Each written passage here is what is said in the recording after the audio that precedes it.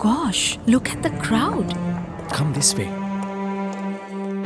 Those who spread goodness radiate happiness to everyone around them. Introducing LOLC Finance Credit Cards. Fuel the goodness in you.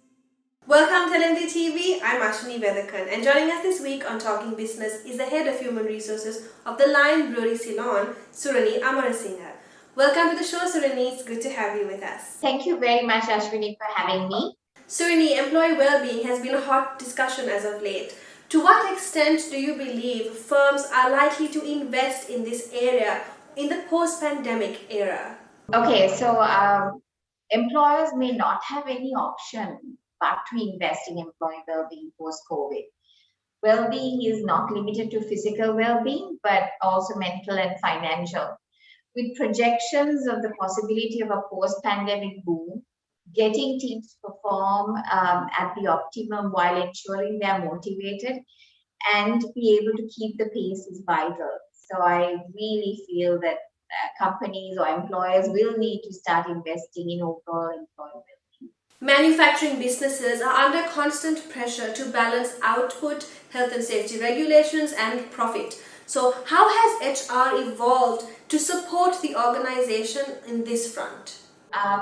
I think we've had to be a bit more flexible. We just can't stick to the same old policies and processes we had pre-COVID. Our environment has changed drastically and we've had to do the same. HR had to become more solution-oriented and at the same time push through with the people agenda of the company. So, I mean, for all purposes, HR has been more than just that department that does the admin part of it or competence and talent. We have had to be more approachable and in some instances approachable 24/7. So we are able to provide advice, solutions, and in some cases, the person at the end of the telephone, the staff and managers could voice their frustrations too. So it's mainly, I think, the flexibility. We've had to be flexible. How does emotionally intelligent leadership pave the way towards organizational transformation? And do you believe Sri Lankan companies are paying heed to this trend? Okay, so every company or every organization I worked at that went through organizational transformation, empathy played a very important or key role.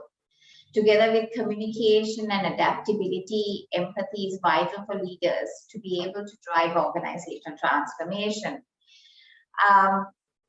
I personally feel change is not easy, and therefore the managers have to be self-aware so they could manage their own behaviors and be able to recognize the emotions of their team. As for Sri Lankan companies and their leadership, I see few that are embracing the need to be more in tune with theirs as well as their team members' emotions. But I feel we have a long way to go. Surani, where do you stand on the debate of working from home? In your opinion, what are the pros and cons of this topic? I think working from home will not go away even post-COVID. More and more companies are embracing or have embraced the pros of working from home. Simply the lower costs, no need of having large office spaces, more access to talent pool. I mean, today we can look at people sitting out of Kandy, Trincomalee, Jaffna, working across the country and in some instances working globally. So those have been the pros and that will continue to play an important role. But I also see there are negatives, such as I simply think that there has to be the discipline of the workforce. Are people ready to self-discipline themselves and ensure tasks or responsibilities are met? Lack of infrastructure, I feel, is another hindrance. Majority of us, not just in Sri Lanka, I find it, I mean, globally, do not have a separate space that they could call their own from a working from home office-based context. And therefore not having adequate space and connectivity. I mean, even in Sri Lanka, there are certain areas that, I mean, eternally I get told signal is low, signal is poor, and so on. So there is quite a lot of negativity in that sense. But for me, the the biggest of those negativities is actually work-life balance.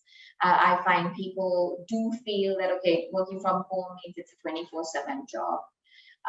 So to be able to successfully manage work from home, there has to be the discipline both from a delivery of tasks and responsibilities, as well as shutting down and ensuring there is work-life balance. Globally, around 20 to 30% of current jobs held by 16 to 24-year-olds will be automated by the mid-2030s. This is according to a PwC report.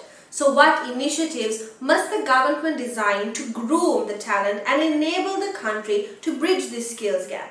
First and foremost, I feel we must start working on attitudes. Majority of Sri Lankans, be it the educators or parents, we're still working on creating generation after generation of youngsters who are looking at working in a 9-to-5 public sector job with a pension.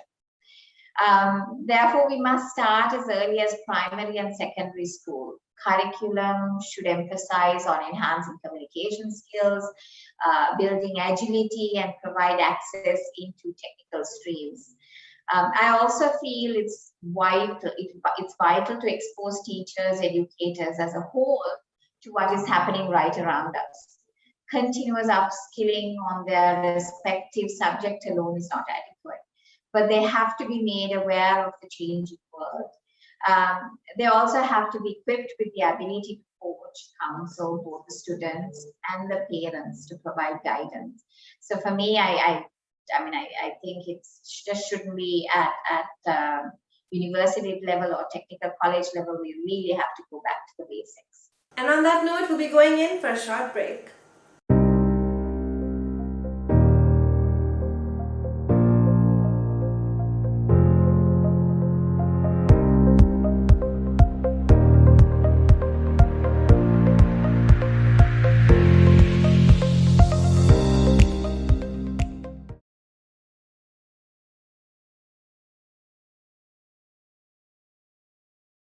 Welcome back to the show as we continue our conversation with the Head of Human Resources of Lion Brewery, Ceylon, Surani Amerasinghe. Surani, a recent McKinsey publication revealed that organizations must replace old management systems with a more flexible and responsive model to thrive in the post-pandemic world. What are your thoughts on this? Okay, so first and foremost, I agree with the article. Everyone is expecting a boom globally post-pandemic, and as organizations, we must be prepared to maximize on this opportunity. The last year has shown us how agile we are as corporates. We have had to change faster than ever before, be providing goods and services to consumers or drastically changing the way of working to survive. Change that took years to achieve was done overnight. The urgency will need to continue. And therefore, this is, if not done already, is a good time to really look at the organization, who we are as an organization, how do we work. I think that's really vital. This is also an opportunity to relook at operations because it's not just the operational aspects alone, but the overall supply chain to ensure resilience. I mean, the last 12 months, especially coming from manufacturing, made us look at the ability to get hold of raw materials, the exports, imports, and ensuring the workforce was able to be brought within the organization. So there has to be a resilience, and you have to look at the overall supply chain. Last but not least, I feel an accelerated digital adoption. Most companies I found early 2020, April, May, there was a lot of investment into digital to allow people to start working from home. And that needs to continue. So yes, so that I fully agree with that statement. What organizational policies are successful in promoting a diverse workforce, and how important is this for a corporate success? Okay, I would say all the people-related policies are vital in promoting diversity. Be it recruitment, remuneration, training and development, all policies must create equity. But I don't think policies alone is adequate. I think culture drives behavior, and therefore the management must lead the right behaviors to create that diversity. The way we say things, the way we behave things, do we have the right infrastructure? So as management, there has to be a total belief in wanting diversity and wanting their success for it to succeed.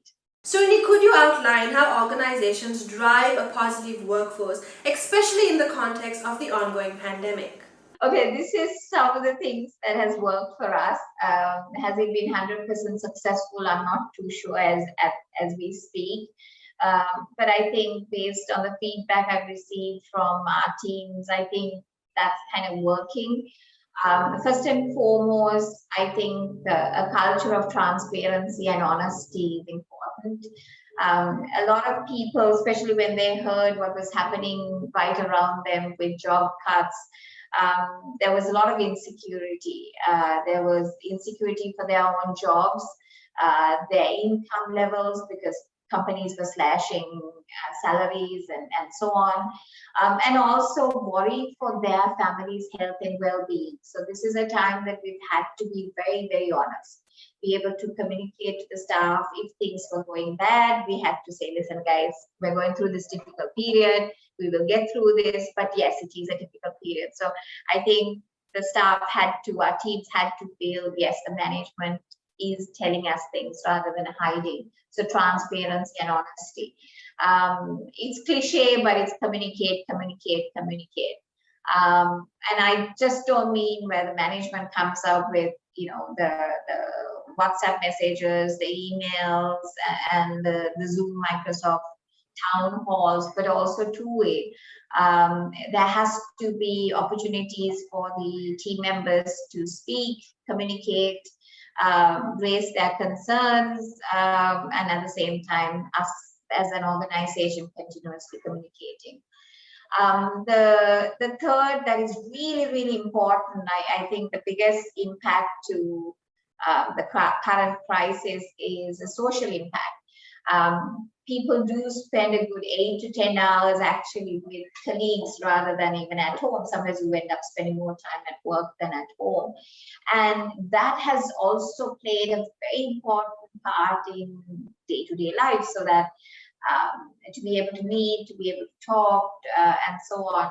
And and with all that was happening, you know, everybody was busy firefighting that we initially didn't have the time to acknowledge and celebrate successes. So, but since of late, that's what we're doing. It could be a basic email to say, hey, well done, guys. We've hit some great numbers. Or it's a call to say thank you. So these little celebrations and successes have been very, very important. Our final question for this evening, Surani: what strategies create a cohesiveness within the hybrid work model that companies now use? Okay, I think culture. Understanding individual cultures each team member comes from, and yet bring them together is important. I think it's important to appreciate the differences, but it's also vital to remind and drive the company's culture. I'll give you an example. It's very easy to sort of end up getting into this siloed mentality when you're working away from office. You don't seem to get an opportunity to speak to people and so on. So there has to be certain ground rules that has to be instilled. Something as simple as respect for fellow team members, the work ethics, the values, and these have to be pushed through no matter what. So culture is one. Communication, I find, is another important aspect of it. It's not just a phone call, but actually encourage more FaceTime. So even though sometimes a discussion could be had over the phone, we do encourage, and I think every time we do have Microsoft Teams or Zoom discussions, it's great because you at least get to see the person. So I think that's important. The third or this number 3 in my list, I guess, is actually meetings. Now, since more and more people have been working in this hybrid kind of work environment, there's been loads and loads of meetings. But what people have really missed, like I said at the beginning, is that social interaction. So what I find is quite thrilling is that people do log in 5 minutes prior to a meeting, and there's usually a bit of time for small talk, chit chat with each other, a bit of gossip, and I think that's important. The second is that getting everyone involved during meetings, ensure that their opinions are sought, and also ensure that they do understand or they're aligned to what is being discussed. One of the things that I see is that we have all started doing multitasking. So what happens is, yes, there's a meeting on, we've kind of switched off and we're busy attending to something else. So I think that's very, very important to ensure that you do spend a little bit of time trying to create that social aspects of what's missing in this current hybrid model. And that's all the time we have for this evening. Thank you for joining us on the show, Surani. Thank you very much, Ashwini, once again for having me. Coming up, we have the latest from Life on Earth. Stay tuned. You love the feeling of being renewed. To stay beautiful every single day. To breathe just like we do, because you are truly delicate, protecting the ones who've been with us through the years. With Ceylon Care, the only wood coating that truly protects you. Ceylon Wood Coatings from JAT.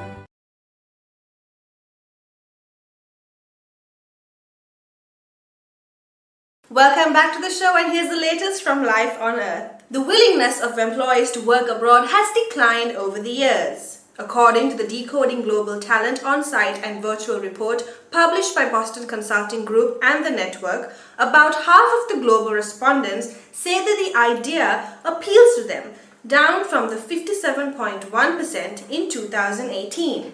The report notes that several new factors have penetrated the world's consciousness and changed the workplace, with the change in people's thinking being attributed to nationalistic immigration policies and the COVID-19 pandemic. As a result, there is a risk of employees being talent restrained as regulatory barriers impede the flow of skills and fewer people are willing to relocate for work. As such, businesses and governments must take adjustments to make sure that they have the workforce they need in the future. According to the report, the low willingness to move undermines previous narratives about the fluidity of talent in a global economy. But flexibility has been demonstrated in different ways, which can be leveraged by employers to build their workforces. The willingness to relocate has been affected by the remote working trend, with many people gaining experience in this area during the pandemic. This has shed light on the remote working concept in all its incarnations, as the model enables people to offer their services to the highest bidder without uprooting their lives. As for the top destinations for work, Canada is considered the most appealing, moving up 2 places from 3rd in 2018. Meanwhile, the appeal of the US has declined since 2018, falling from 1st to 2nd. Australia, Germany and the UK round out the top 5.